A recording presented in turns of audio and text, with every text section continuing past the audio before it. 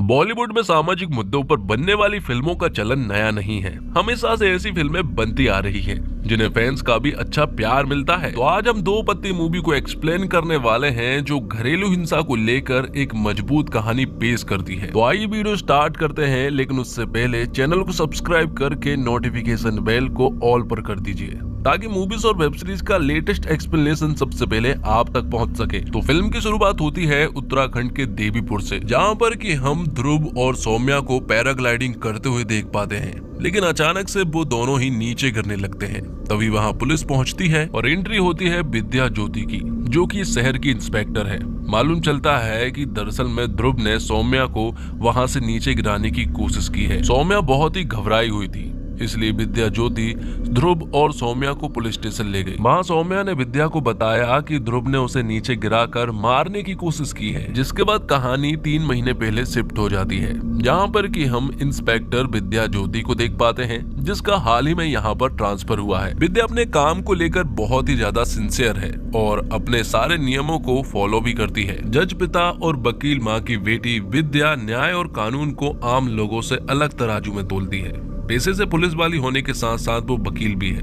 वकालत की डिग्री पाने के बाद उसने अपने सगे भाई को भी नहीं छोड़ा था। उसने उसे भी उसकी गलती के चलते जेल की हवा खिलाती थी। अब एक रात विद्या के पास कॉल आता है और बताया जाता है कि सौम्या का पति उसके साथ मारपीट कर रहा है। जब विद्या वहां पहुंची तो सौम्या ने बताया कि ऐसा कुछ नहीं है, उसके पति ने उसे हाथ भी नहीं लगाया, लेकिन उसके सर की चोट साफ बता रही थी कि उसे मारा जरूर गया है। लेकिन सौम्या बताती है कि वो कैबिनेट से टकरा गई थी, जिस वजह से उसके माथे पर ये चोट आई है। लेकिन विद्या ज्योति बहुत अच्छे से जानती है कि कैबिनेट की चोट क्या होती है और मारपीट की चोट क्या होती है, इसलिए वो सौम्या के पति ध्रुव सूद के बारे में पता करने लगती है। मालूम चलता है कि ध्रुव सूद एक चॉकलेटी बॉय है और एडवेंचर स्पोर्ट का वो बिजनेस करता है। विद्या ध्रुव को देखकर समझ चुकी थी कि ये कोई सीधा साधा इंसान तो नहीं है, इसलिए विद्या जो है वो सौम्या का पीछा करने लगती है। मालूम चलता है कि सौम्या पास ही के स्कूल में डांस सिखाती है और उनका एक शॉप भी है, जहाँ पर कि वो काम करती है। जैसे ही सौम्या शॉप में घुसती है तो उसके तो तोते उड़ जाते हैं, क्योंकि वहाँ एक सौम्या नहीं बल्कि 2 सौम्या थी। और मालूम चलता है कि दरअसल में सौम्या जो है वो ट्विन सिस्टर्स है, जिनमें से एक सौम्या और एक शैली है। इस तरह की जुड़वा बहनों को देखकर यहाँ विद्या तो हैरान रह चुकी थी। तभी यहाँ पर उन दोनों सिस्टरों की माँ जी आती है और वो विद्या को कुछ बताना चाहती थी।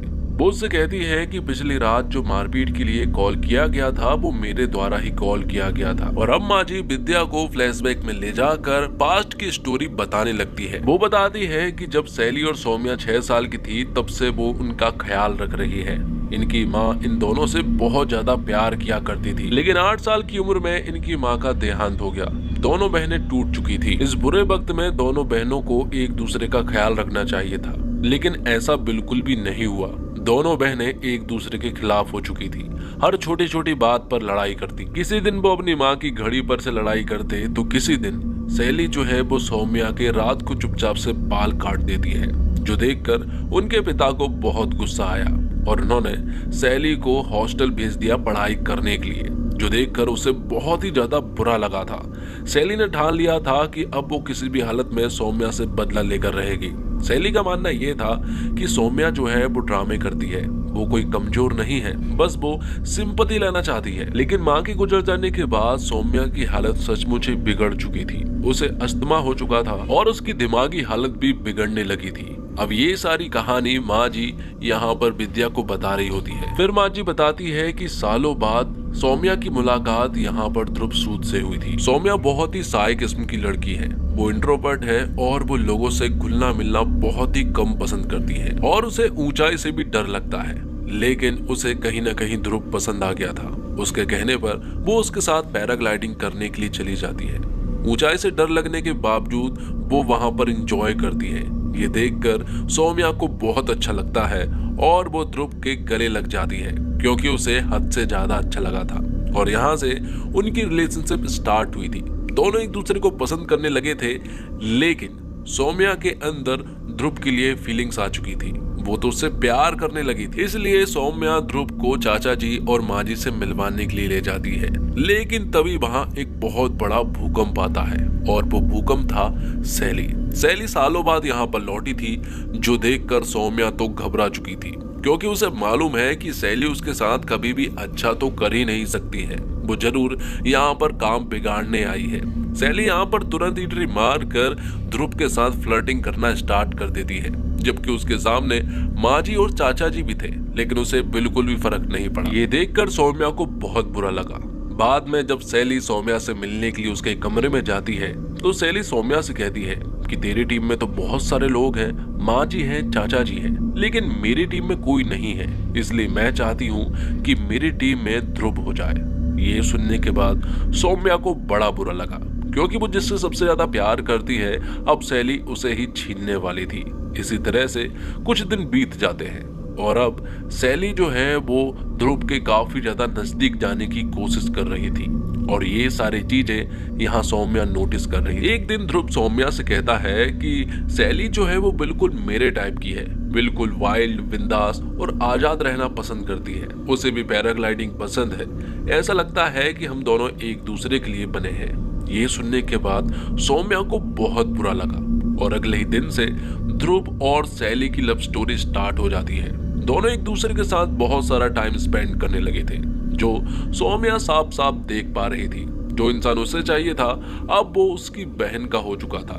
यही चीज जो है वो सौम्या बर्दाश्त नहीं कर पा रही थी और उसे अंदर से ये सारी चीजें खाई जा रही थी। अब एक दिन उत्तराखंड के टूरिज्म मिनिस्टर ध्रुव के पास एक डील करने के लिए आते हैं। ये 1500 करोड़ की डील होने वाली थी, लेकिन डील इससे पहले की स्टार्ट हो पाती वहां सैली जो है वो बहुत सारी शराब पीकर यहाँ उल्टी सीधे हरकतें करने लगती हैं, जो देखकर टूरिस्ट मिनिस्टर मतलब त्यागी जी को बिल्कुल भी अच्छा नहीं लगा था। ध्रुव उसे समझाने की कोशिश करता है, लेकिन तब तक त्यागी जी वहां से जा चुके थे। यहाँ पर सैली कहती है कि सौम्या जो है वो बहुत ज्यादा ड्रामे करती है, उस पर बिल्कुल भी भरोसा मत करना। तो वहीं माँ जी जो है वो ध्रुव को एक हिंट देते हुए कहती है कि शायद तुम चुनने में गलती कर रहे हो। और फिर रात को ध्रुव के पास उसके पिता का कॉल आता है, जो कि एक बहुत बड़े मिनिस्टर है। यहाँ ध्रुव के पिता कहते हैं कि 1500 करोड़ की डील जो तुम्हारी उस टूरिस्ट मिनिस्टर के साथ होने वाली थी उसने कैंसिल कर दी है, क्योंकि जिस तरह से तुम घर पर पार्टी कर रहे हो वो सब कुछ उन्होंने देख लिया है और अब वो तुम्हारे साथ डील नहीं कर सकते हैं। ये सुनने के बाद ध्रुव को बहुत बुरा लगा और उसने भी अपना डिसीजन चेंज कर लिया। अगले दिन ध्रुव जब सौम्या के साथ पैराग्लाइडिंग करने के लिए जाता है तो वहाँ सौम्या को वो शादी के लिए प्रपोज कर देता है, जो सुनकर सौम्या को बहुत अच्छा लगा था, क्योंकि वो हमेशा से यही चाहती थी। तो वहीं दूसरी तरफ ध्रुव ने सैली के साथ ब्रेकअप कर लिया था। ये सुनने के बाद सैली को बहुत ज्यादा बुरा लगा, क्योंकि इतने दिनों तक ध्रुव और वो रिलेशनशिप में थे और एकदम से उसने उसकी बहन को शादी के लिए प्रपोज कर दिया। कुछ ही दिनों के बाद उन दोनों की शादी हो जाती है, लेकिन सैली इतने जल्दी हार नहीं मानने वाली थी। जब रिसेप्शन के दिन फोटो खिंचाई जा रही थी तब सैली यहाँ सौम्या के जैसे ही कपड़े पहनकर पहुंच जाती है और फोटो खिंचाने लगती है। ये देखकर सौम्या को बहुत बुरा लगा और वो सैली को समझाने की कोशिश करती है कि वो ऐसा ना करे। अब ध्रुव के साथ उसकी शादी हो चुकी है, इसलिए वो ध्रुव से भी दूर रहे और मुझसे भी दूर रहे। वो तो उससे ये भी कह देती है कि उसे तो वापस चले जाना चाहिए, लेकिन वो नहीं मानता। अब ऐसे ही कुछ महीने बीत जाते हैं। मालूम चलता है कि अब ध्रुव जो है वो सौम्या को मारता पीटता है और यहाँ माँ जी सैली को समझाती रहती है कि उसे यहाँ से चले जाना चाहिए। अब एक रात त्यागी जी फिर से ध्रुव के घर पर डील करने के लिए आए थे, लेकिन खाना इतना ज्यादा तीखा था कि उन्हें खाने में प्रॉब्लम हो रही थी। ये देखकर ध्रुव को यहाँ सौम्या के ऊपर बहुत ज्यादा गुस्सा आया और वो सौम्या को बुरी तरह से मारने लगता है। वो कहता है कि तुम्हारे तीखेपन की वजह से अगर उसके हाथ से ये डील चली जाती तो वो उसे जिंदा नहीं छोड़ता। तो इस तरह से ध्रुव अब सौम्या को बुरी तरह से मारता पीटता है, जिस वजह से उसके शरीर पर अक्सर चोट के निशान दिखाई देते हैं, जो निशान विद्या भी साफ देख पाती है और वो उससे कंप्लेंट करने को भी कहती है। लेकिन सौम्या कभी भी कंप्लेंट नहीं कर पाई। सौम्या को ऐसा लगा कि शायद अगर वो बच्चा कर ले तो उसका गुस्सा शांत हो जाएगा और उनकी जिंदगी भी बदल जाएगी। लेकिन ये सुनने के बाद ध्रुव हमेशा गुस्सा करने लगता है। माँ जी ये सारी बातें अगले दिन सैली को बताती है कि तुम्हारी बहन प्रॉब्लम में है और ध्रुव उसे बहुत मारता पीटता है। लेकिन सैली को ऐसा बिल्कुल भी नहीं लगता है, क्योंकि उसके सामने तो वो दोनों ही रोमांस कर रहे थे। और फिर कुछ ही दिनों के बाद सैली और यहाँ ध्रुव जो है वो एक दूसरे के नजदीक जाने लगे। सैली और ध्रुव के बीच की नजदीकियां बढ़ रही थी। ये सारी चीजें सौम्या साफ देख पा रही थी। इसलिए सौम्या एक बार फिर से सैली को समझाने की कोशिश करती है कि वो ऐसा ना करे, वो उनके बीच में ना आए। लेकिन सैली उससे कहती है कि क्या तुझे अपने प्यार पर भरोसा नहीं है। सैली तो सौम्या से साफ इनकार कर देती है कि वो तो यहाँ से नहीं जाने वाली है। अब सौम्या के पास कोई और चारा नहीं था, इसलिए वो ध्रुव से कहती है कि हमारा एक होना ही अच्छा है, इसलिए हमें बच्चा कर लेना चाहिए। लेकिन ध्रुव हमेशा ऐसी बातों पर गुस्सा हो जाया करता था और इस बार तो वो अपना गुस्सा कंट्रोल भी नहीं कर पाया और सारा गुस्सा उसने सौम्या के ऊपर उतार दिया और इस तरह उतारा कि सौम्या को पूरी तरह से अधमरा कर दिया था।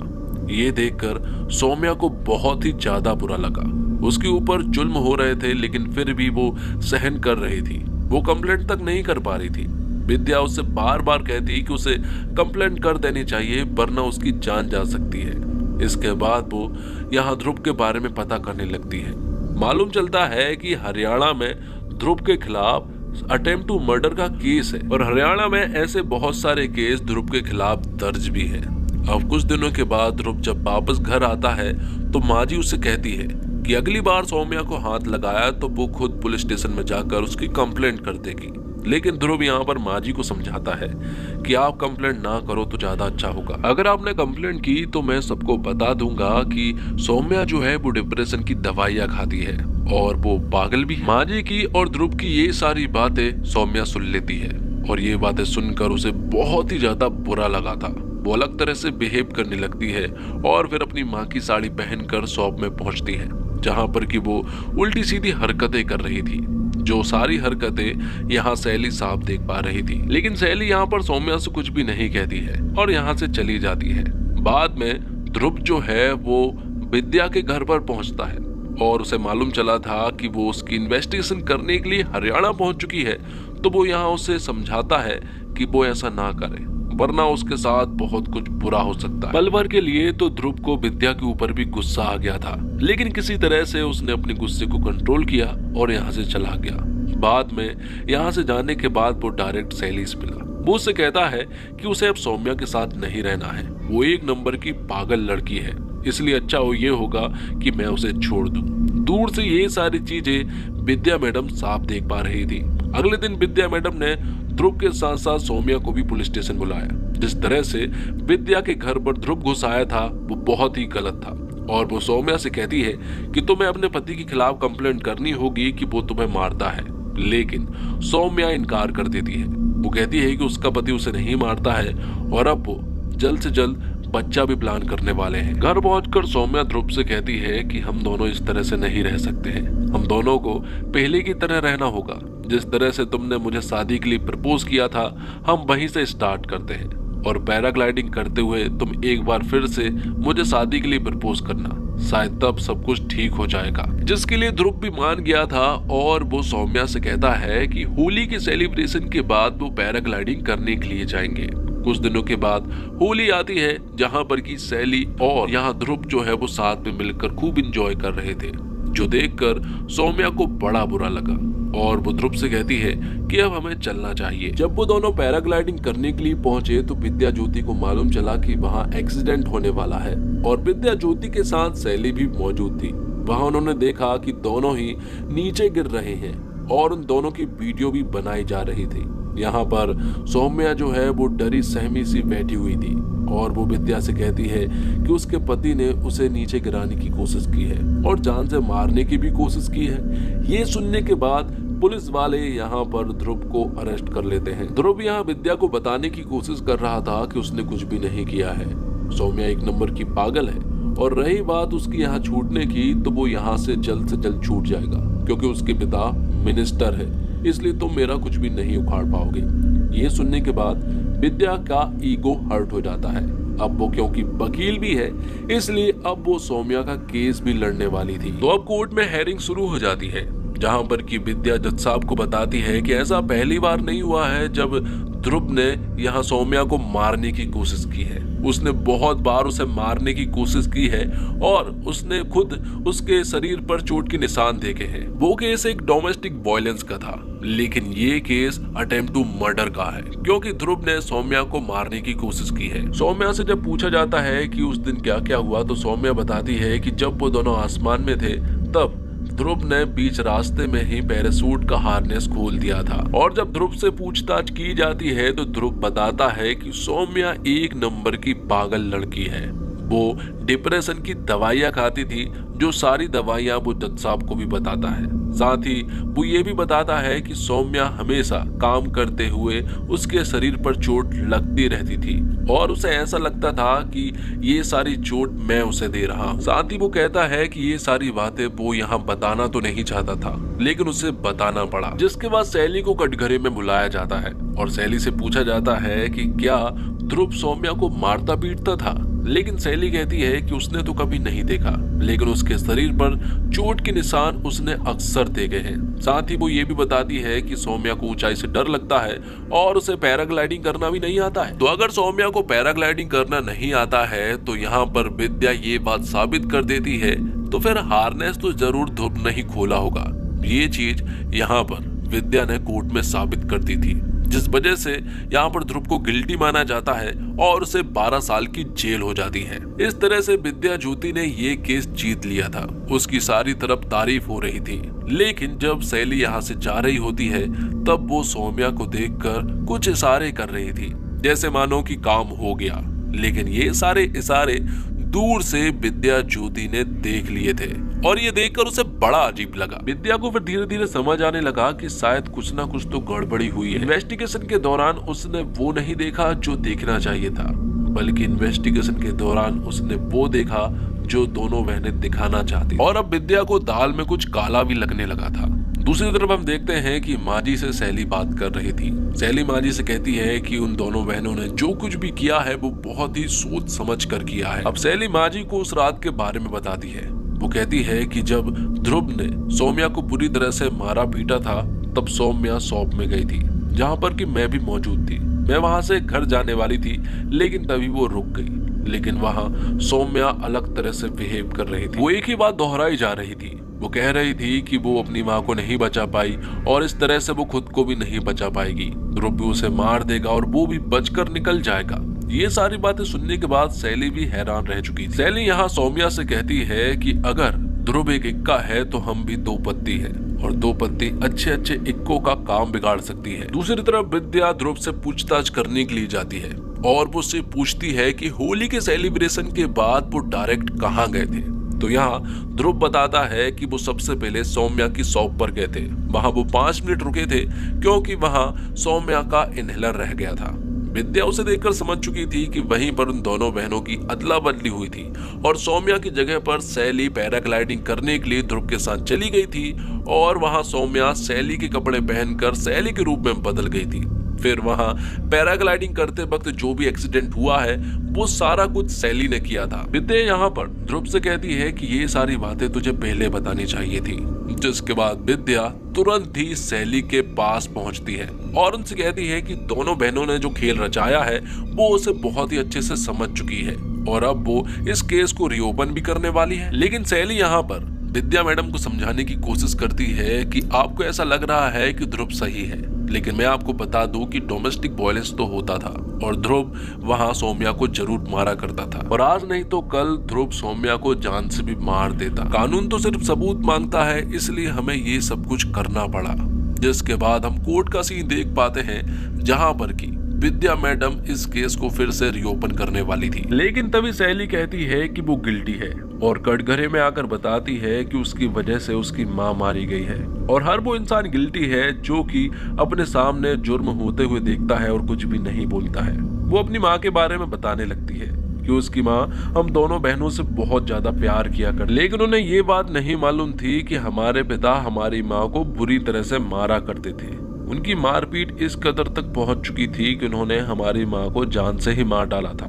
ये सब कुछ मैंने अपनी आंखों के सामने देखा, लेकिन हमें चुप कर दिया गया। मेरे चाचा, मेरी बहन, हम सब गिल्टी हैं क्योंकि हम सभी को ये बात मालूम थी और हम सभी नहीं बोल पाए। इसलिए वो सभी से दरखास्त करती है कि अगर डोमेस्टिक वायलेंस होता है तो आप आवाज उठाएं, वरना आप भी मेरी तरह गिल्टी हैं। तो विद्या जो केस रीओपन करने वाली थी वो अपना डिसीजन चेंज कर लेती है और अब वो इस केस को रीओपन नहीं करने वाली है, जबकि उसके पास अब सारे सबूत भी लग चुके थे।